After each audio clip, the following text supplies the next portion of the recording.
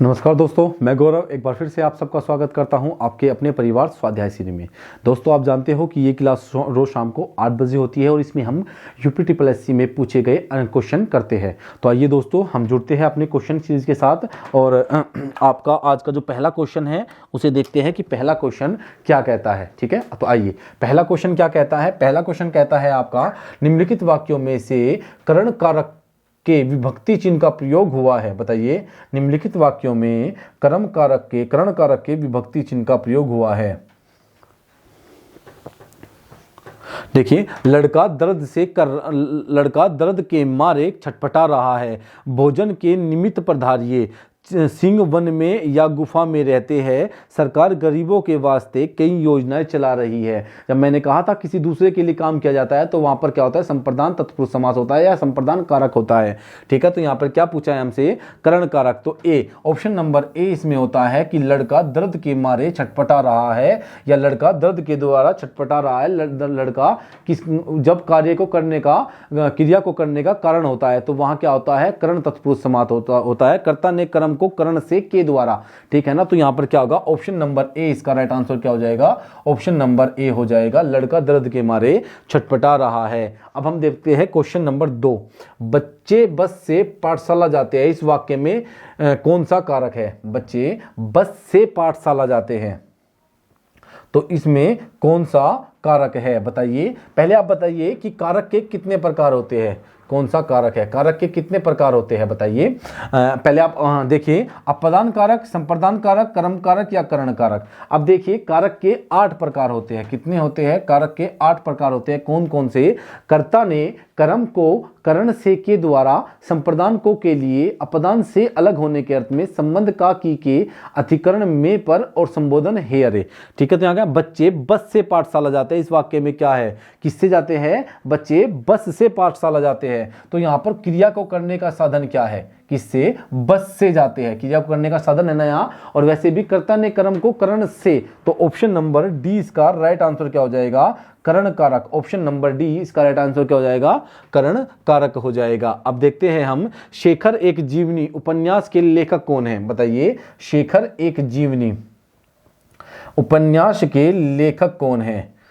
रंगे राघव, अज्ञे, यशपाल और भीष्म साहनी। तो बताइए क्या है आपका, ऑप्शन नंबर ए रंगे राघव, अज्ञे, यशपाल या भीष्म साहनी। क्या, भीष्म साहनी। शेखर एक जीवनी के लेखक कौन है, तो ऑप्शन नंबर ए, बी, सी या फिर डी। तो कौन है, अज्ञे है। ऑप्शन नंबर बी आपका अज्ञे। इनकी अन्य रचनाएं हैं, कितनी नाव में कितनी बार। कितनी नाव में कितनी बार, नाव में कितनी बार, कितनी नाव में कितनी बार। ठीक है, आपका शेखर एक जीवनी, शेखर एक जीवनी। और आपका हरी घास पर क्षण भर। क्या, हरी घास पर क्षण भर। ठीक है ना। अगर बात करूं यशपाल की, तो यशपाल की जीवनी है झूठा सच्चा। क्या है, झूठा सच्चा। रंगे राघव की है पांचाली। क्या है, पांचाली।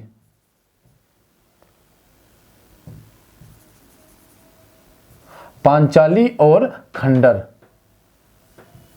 पांचाली और खंडर इनकी रचना है। अगर भीष्म साहनी की बात करूं तो भीष्म साहनी जी की रचना का नाम क्या है।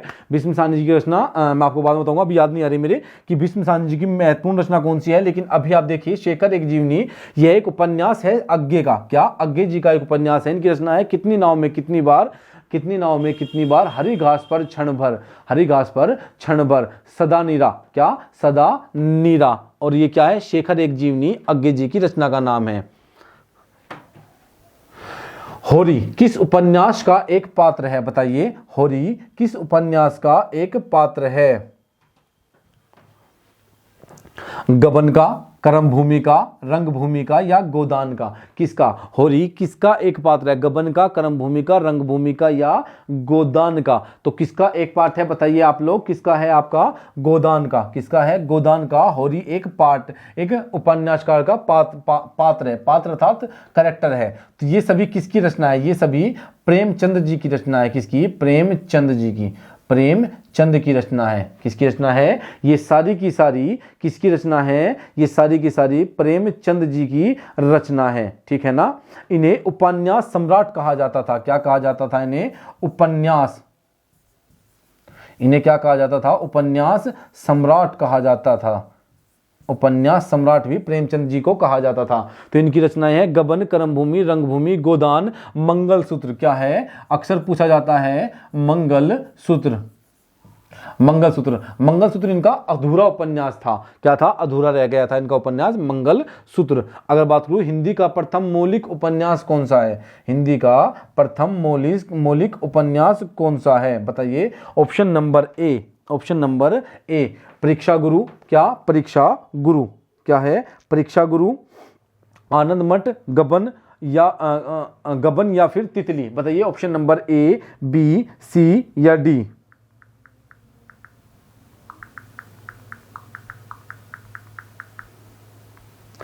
बताइए क्या है आपका?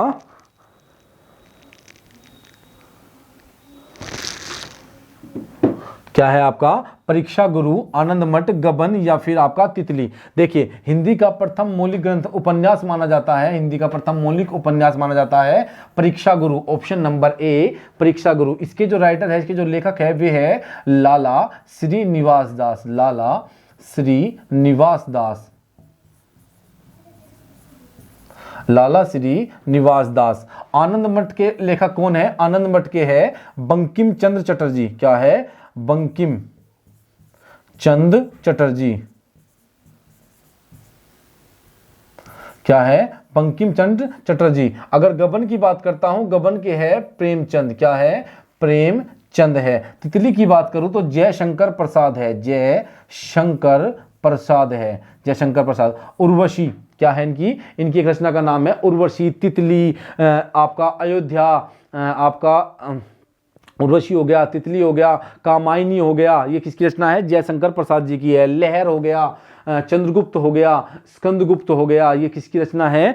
कंकाल हो गया, जयशंकर प्रसाद जी की रचनाएं हैं। अभी हमारा जो ऑप्शन राइट आंसर क्या हो जाएगा? राइट आंसर हो जाएगा परीक्षा गुरु है हिंदी का प्रथम मौलिक उपन्यास। क्या इनके लेखक कौन है? लेखक है आपके लाला श्रीनिवास दास। निम्नलिखित में से कौन सी पुस्तक प्रेमचंद द्वारा लिखित नहीं है? इनमें से कौन सी पुस्तक प्रेमचंद जी ने नहीं लिखी है? तो कौन सी पुस्तक है आपकी?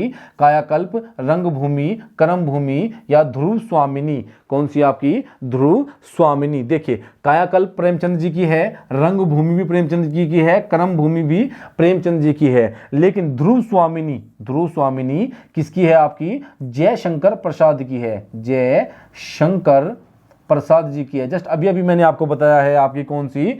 ध्रुव स्वामिनी हो गई, आपका प्रेम पथिक हो गई, झरना हो गया, तितली हो गई, अयोध्या हो गया, कंकाल हो गई, आपका स्कंदगुप्त हो गया, चंद्रगुप्त हो गया, समुद्रगुप्त हो गई, ये किसकी रचना है? लहर हो गई, झरना हो गया, अयोध्या हो गई, ठीक है, किसकी रचना है? ये सभी जयशंकर प्रसाद जी की रचना है। तो इनमें से कौन सा आपका राइट आंसर हो जाएगा?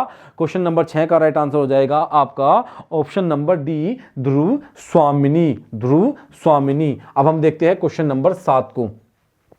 हिंदी साहित्य का सबसे प्रसिद्ध उपन्यासकार किसको माना जाता है? थोड़ी देर पहले मैंने आपको बताया था कि हिंदी का सबसे प्रमुख उपन्यासकार कौन है। देखिए महादेवी वर्मा, रामधारी सिंह दिनकर, मुंशी प्रेमचंद या सुभद्रा कुमारी चौहान। तो कौन सा है आपका राइट आंसर? आपका मुंशी प्रेमचंद, जिन्हें उपन्यास सम्राट भी कहा जाता है। क्या कहा जाता है इन्हें? उपन्यास सम्राट भी कहा जाता है। तो ऑप्शन नंबर सी इसका राइट आंसर क्या हो जाएगा? ऑप्शन नंबर सी हो जाएगा। क्या हो जाएगा? ऑप्शन नंबर सी इसका राइट आंसर हो जाएगा। रामधारी सिंह दिनकर की बात करूं तो इनकी रचना का नाम है आपकी कौन सी? आपकी माटी की मूरत। क्या है? माटी की मूरत। महादेव वर्मा की रचना की बात करूं तो इनकी रचना है आपकी गिल्लू। क्या? गिल्लू। आपकी नीरजा, ठीक है ना, नीरजा आपकी रश्मि, हाँ नीरजा, ठीक है ना। अगर बात करूं सुभद्रा कुमारी चौहान की तो झांसी की रानी। क्या है? झांसी की रानी सुभद्रा कुमारी चौहान की एक रचना है। आपका राइट आंसर हो जाएगा 7 का मुंशी प्रेमचंद। रामधारी सिंह दिनकर की रचना कौन सी बताई है मैंने? माटी की मूरत। क्या है, माटी की मूर्त, ठीक है ना। अब देखते हैं क्वेश्चन नंबर 8 को देख लेते हैं। 8 क्या कहता है, निम्नलिखित में से रीतिकाल का प्रमुख कवि कौन है, बताइए। निम्नलिखित में से रीतिकाल का प्रमुख कवि कौन है, रीतिकाल का। जयशंकर प्रसाद, सूर्यकांत त्रिपाठी निराला, बिहारी या सुमित्रा नंदन पंत है, बताइए इनमें से कौन सा है आपका रीतिकाल का प्रमुख कवि, कौन सा है, कौन सा प्रमुख कवि है। तो कौन सा है आपका, बिहारी। इनकी रचना का नाम क्या है, इनकी रचना है बिहारी सतसई, बिहारी सतसई, बिहारी सतसई। बिहारी सतसई जो है वो 700 कुछ दोहों का समूह है, कितना, 713 दोहे है इसमें, ठीक है ना, 713 दोहे है इनमें, बिहारी सतसई इनकी प्रमुख रचना है। जयशंकर प्रसाद, सूर्यकांत त्रिपाठी निराला और सुमित्रा नंदन पंत, अगर इनकी बात करूं तो ये छायावादी कवि है। कैसे है, ये छायावादी कवि है। कैसे है, आपके छायावादी के कवि है। आपके सूर्यकांत त्रिपाठी निराला की रचना की बात करूं तो इनकी रचना है आपकी कौन सी, राम की शक्ति पूजा, तुलसीदास, आपकी कुकुरमुत्ता, अलका, बेला, अर्चना, ये इनकी रचना है सूर्यकांत त्रिपाठी निराला की, ठीक है ना, किसकी, सूर्यकांत त्रिपाठी निराला की, ठीक है ना। तो अब देखते हैं ऑप्शन नंबर सी इसका राइट आंसर हो जाएगा। क्वेश्चन नंबर 9 देखते हैं, रीतिकाल का अन्य नाम क्या है, बताइए। रीतिकाल को अन्य किस नाम से जाना जाता है। रीतिकाल के प्रमुख कवि अभी बताइए मैंने, कौन, बिहारी है। अगर बात करूं रीतिकाल को स्वर्णकाल, उद्भव काल, श्रृंगार काल या संकीर्ण काल कहा जाता है। तो क्या कहा जाता है, श्रृंगार काल भी कहा जाता है रीतिकाल को। ऑप्शन नंबर सी, 9वें क्वेश्चन का राइट आंसर क्या हो जाएगा, ऑप्शन नंबर सी हो जाएगा। और रीतिकाल किसने कहा था, रामचंद्र शुक्ल ने कहा था। क्या कहा था, रामचंद्र शुक्ल ने रीतिकाल को रीतिकाल नाम देने वाले थे रामचंद्र शुक्ल। इसे श्रृंगार काल भी कहा जाता है, या कह सकते हैं श्रृंगार काल को रीतिकाल कहने वाले कौन है, रामचंद्र शुक्ल है। तो 9वें का आंसर क्या हो जाएगा, ऑप्शन नंबर सी। बिहारी के प्रसिद्ध है, बिहारी के प्रसिद्ध क्या है, अरे यार अभी मैंने आपको बताया है कि बिहारी जी की एक प्रमुख रचना है जिसका नाम है बिहारी सतसई, बिहारी सतसई, अर्थात 713 दोहों का समूह है ये। कितने हैं इसमें, 713 दोहे है बिहारी सतसई में। कितने हैं, 713 दोहे, जिसमें आपके दोहे। तो बिहारी जी के प्रसिद्ध क्या है, बिहारी जी के प्रसिद्ध है दोहे। क्या है, बिहारी जी के प्रसिद्ध दोहे है। अब बात करते हैं क्वेश्चन नंबर 11 की। रहीमन पानी राखिए, बिन पानी सब सून, पानी गए न उबरे, मोती मानस चून। बताइए, रहीमन पानी राखिए, बिन पानी सब सून, पानी गए न उबरे, मोती मानस चून। तो इसमें कौन सा अलंकार है, इसमें कौन सा रूपक है, उपमा है, श्लेष है या उत्प्रेक्षा अलंकार है। तो क्या है आपका 11वें का राइट आंसर क्या है, इसमें है आपका श्लेष अलंकार। ये श्लेष लिखा हुआ है, गलत लिखा हुआ है, रुलेश लिखा हुआ है, क्या लिखा हुआ है, ये आपका श्लेष है। क्या है, ये आपका श्लेष अलंकार है, श्लेष अलंकार। श्लेष अलंकार एक शब्दालंकार है। क्या है, शब्दालंकार है। श्लेष अलंकार क्या है, शब्दालंकार है। शब्दालंकार कौन से है, अनुप्रास है, श्लेष है, यमक है और वक्रोक्ति है। ठीक है, श्लेष अलंकार किसे कहते हैं, जब किसी एक श्लेष का वैसे अर्थ क्या होता है, चिपकना। क्या होता है, चिपकना, चिपकना अर्थात किसी एक शब्द से बहुत सारे अर्थ चिपके रहते हैं, किसी एक शब्द से बहुत सारे अर्थ होते हैं। जैसे रहीमन पानी राखिए, बिन पानी सब सून, पानी गए न उबरे, मोती मानस चून। यहां पर पानी शब्द के 3 अर्थ है, पानी शब्द के 3 अर्थ है। अगर बात करूं मैं पानी का अर्थ अगर बात करूं मैं मोती के लिए तो क्या है, चमक है। अगर मनुष्य के लिए बात करूं, मोती के लिए क्या है, पानी का अर्थ चमक। मनुष्य के लिए बात करूं तो मनुष्य के लिए क्या है, इज्जत सम्मान। और चून के लिए क्या है, चून अर्थात चून के लिए क्या है, पानी। चून जिससे हम खाना बनाते हैं, क्या, रोटी बनाते हैं, तो क्या है, चून। यहाँ के लिए साथ क्या है, पानी। मोती के लिए चमक, मनुष्य के लिए सम्मान और चून के लिए पानी। अर्थात रहीमन पानी राखिए, बिन पानी सब सून, पानी गए न उबरे, मोती मानुष चून। ठीक है ना, इसमें श्लेष अलंकार है क्योंकि यहां पर एक शब्द के अनेक अर्थ है। ठीक है, तो ऑप्शन नंबर सी इसका राइट आंसर क्या हो जाएगा, ऑप्शन नंबर सी हो जाएगा। अब बात करते हैं 12वें क्वेश्चन की। चिरजोरी जुरे क्यों ने सने गंभीर, को घटिए वृष भानुजा वे हलधर के वीर में कौन सा अलंकार है। बताइए इसमें कौन सा अलंकार है? आपका वक्रोक्ति है, यमक है, श्लेष है या वक्रो अनुप्रास है? अनुप्रास है। ये सारे के सारे शब्द अलंकार यहाँ पे इन्होंने दे दिए हैं। शब्द अलंकार के कितने प्रकार होते हैं? अनुप्रास होता है, श्लेष, अनुप्रास, श्लेष, यमक और वक्रोक्ति। तो इनमें से कौन सा आपका सही राइट आंसर हो जाएगा? चिर जोरी, चिर जीवो जोरी जुरे, क्यों ने सने गंभीर, को घटिए वृष भानुजा वो हलधर के वीर। यहां पर वृष भानुजा के और हलधर के एक से अधिक मतलब है। और मैंने क्या कहा था, जब किसी के एक से ज्यादा मतलब हो तो क्या होते हैं, वहां पर किसी भी वाक्य के एक से ज्यादा अर्थ हो और हर बार उसकी कहानी बदल जाती है। अगर वृष भानुजा का मतलब मैं लगाता हूं, क्या वृष भानुजा अर्थात वृष भानुजा का एक मतलब होता है राधा, ठीक है, राधा, और वृष भानुजा का मतलब होता है बैल की बहन अर्थात गाय। हलधर का एक मतलब होता है श्री कृष्ण के भाई बलराम, और हलधर का एक मतलब होता है आपका क्या, बैल का, बैल क्या, गाय का बैल क्या, हलधर, अर्थात हल को धरने वाला कौन होता है? बैल होता है। क्या होता है? बैल।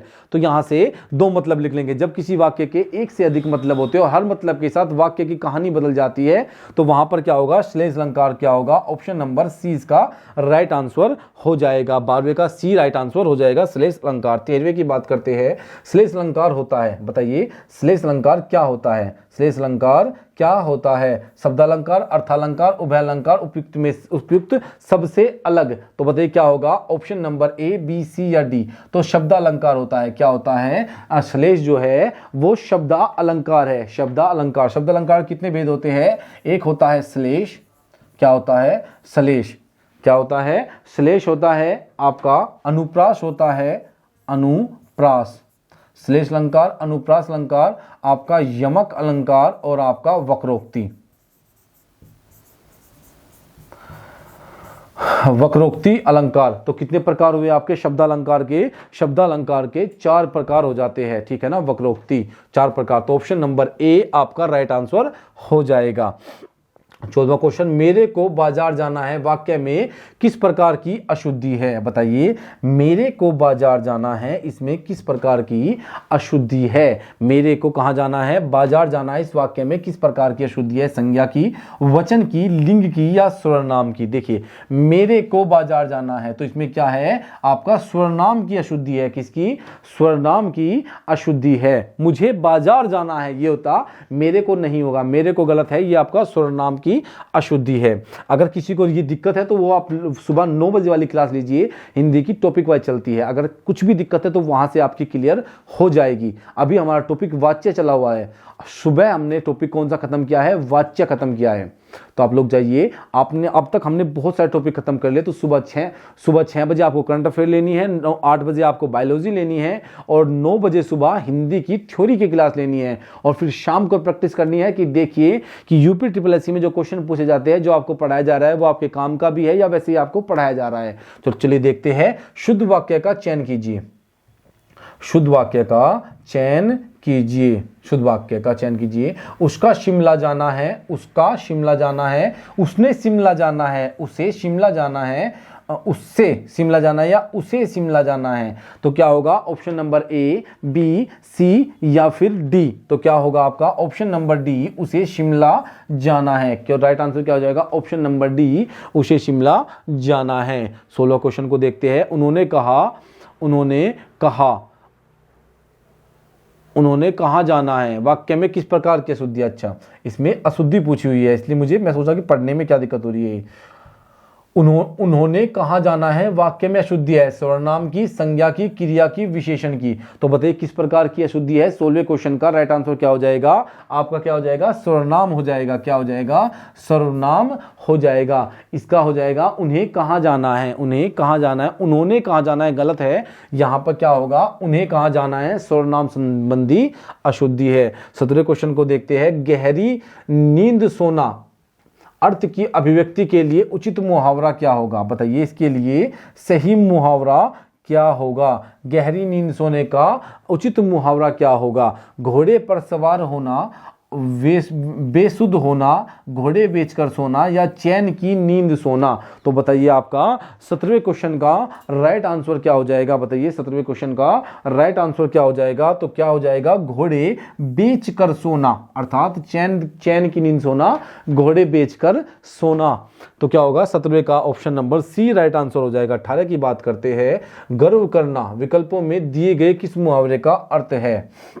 बताइए किस मुहावरे का अर्थ है गर्व करना?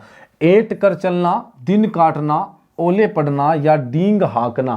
क्या करना? डींग हाँकना। तो ऑप्शन नंबर ए, बी, सी या फिर डी। तो इनमें से राइट आंसर क्या हो जाएगा?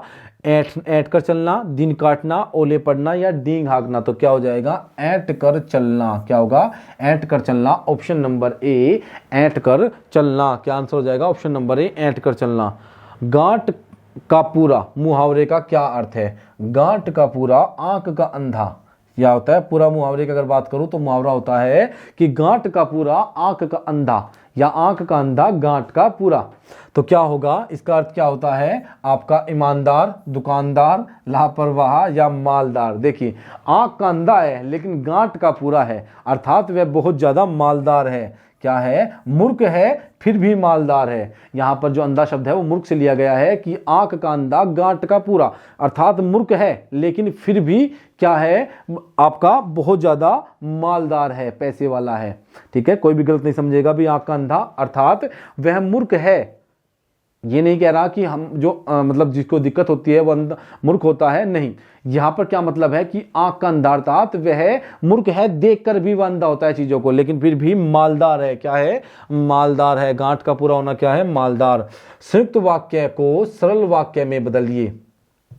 ये संयुक्त वाक्य दिया गया है और आपको इसको सरल वाक्य में बदलना है। उसने कहा और मैं मान गया। उसने कहा और मैं मान गया। उसने कहा और मैं मान गया। तो और किस में आएगा? संयुक्त वाक्य में आएगा। की किस में आएगा? मिश्र वाक्य में। जब हम वाक्य पढ़ेंगे तो समझ लेंगे। उसने कहा और मैं मान गया, इसे सरल वाक्य में बदल लिए। उसके कहने से मैं मानूं। क्यों मानूं? उसके कहने से मैं मान गया। मैं मान गया उसके कहने से, जैसे ही उसने कहा वैसे ही मैं मान गया। तो क्या होगा आपका? ऑप्शन नंबर बी, उसके कहने से मैं मान गया। ऑप्शन नंबर बी आपका राइट आंसर क्या हो जाएगा? ऑप्शन नंबर बी हो जाएगा।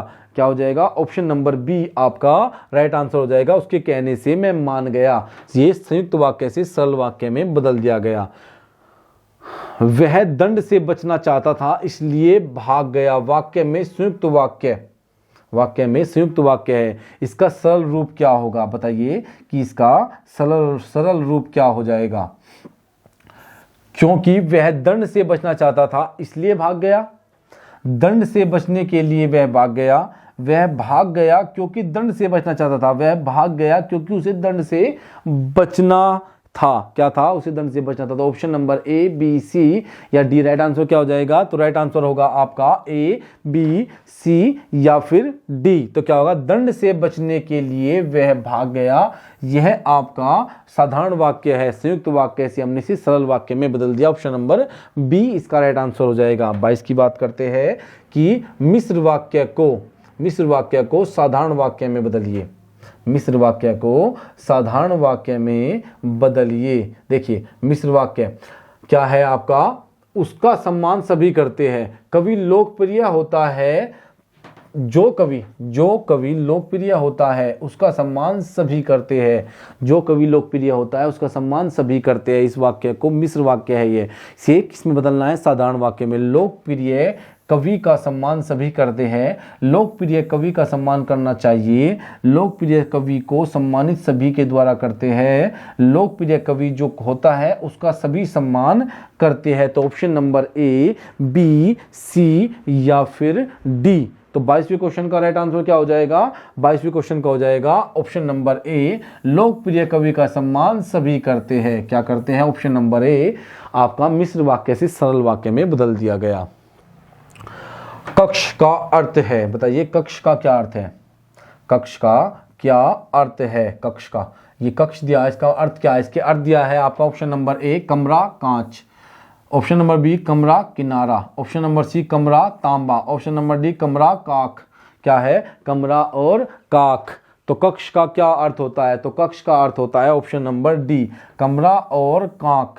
क्या होता है? कमरा और कांख कक्ष का एक अर्थ होता है।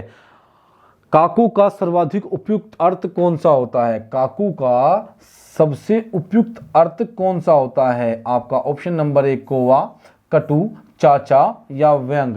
तो बताइए काकू का सबसे उपयुक्त अर्थ कौन सा है? ऑप्शन नंबर 1 कौवा, कटु, चाचा या फिर व्यंग। तो क्या होगा आपका? व्यंग हो जाएगा। क्या हो जाएगा? व्यंग। क्या हो जाएगा? व्यंग। ऑप्शन नंबर डी 24वें का राइट आंसर हो जाएगा। और दोस्तों आज 25वां क्वेश्चन लास्ट होगा, क्योंकि 25 ही क्वेश्चन है आज, तो 25वां क्वेश्चन आज लास्ट होगा। ठीक है, इन शब्दों में से कौन सा शब्द हिंदी शब्दकोश में सबसे अंत में आएगा? बताइए कौन सा आपका इसमें सबसे अंत में आएगा? तो अब मैं बताता हूं सीधा, क्लीव। क्या आएगा? क्लीव आएगा। ऑप्शन नंबर ए आएगा। दोस्तों अगर आपको क्लास अच्छी लगी है तो हमें सपोर्ट करें, लाइक करें, शेयर करें और सब्सक्राइब करें। आपको किसी भी कोई भी क्लास में कोई दिक्कत है तो थ्योरी की क्लास होती है हिंदी की सुबह 9 बजे, वहाँ से लीजिए। और आपकी सुबह 6 बजे करंट अफेयर की क्लास होती है, वो लीजिए। और शाम को सुबह 8 बजे बायोलॉजी की होती है, वो लीजिए। सुबह 6 बजे आपको डेली आना है, करंट अफेयर की क्लास लेनी है, क्योंकि करंट अफेयर की क्लास अगर आप लोगे तो आपके लिए बहुत बेस्ट होगा। मैडम उसमें स्टैटिक जीके कराती है, जो आपको बहुत सहायता करेगी आने वाले एग्जाम में। ठीक है, और आपकी हिंदी तो आपकी मेहनत क्या करेगी, हिंदी तो आपकी जान है ही पेपर की, तो अच्छे से हिंदी क्लास लीजिए सुबह 9 बजे। और 6 बजे डेली करंट अफेयर लेनी है, एक भी दिन नहीं छोड़नी है। ठीक है, तो ठीक है दोस्तों, आज के लिए हम इतने रखेंगे। धन्यवाद दोस्तों। अगर आपको कुछ भी दिक्कत है तो आप लोग हमें बता सकते हैं। आप हमें फॉलो भी कर सकते हैं इंस्टाग्राम पर, ट्विटर पर, फेसबुक पर, टेलीग्राम पर। इसके लिंक डिस्क्रिप्शन में नीचे दिए गए हैं। आपको इसकी जो पीडीएफ है वो कहाँ पर मिलेगी? टेलीग्राम ग्रुप पर मिलेगी। लिंक आपको टेलीग्राम का नीचे डिस्क्रिप्शन में दिया है, तो आप लोग जाइए वहाँ से फॉलो कर लीजिए, वहाँ से ज्वाइन कर लीजिए ग्रुप को। और आप वहाँ पे जो ग्रुप बना हुआ है वो बना हुआ है स्वाध्याय श्री के नाम से ही ग्रुप बनाया हुआ है, और आपको ये पीडीएफ आपको वहाँ पर मिल जाएगी। ठीक है दोस्तों, तो हम इतना ही रखेंगे आज के लिए। धन्यवाद।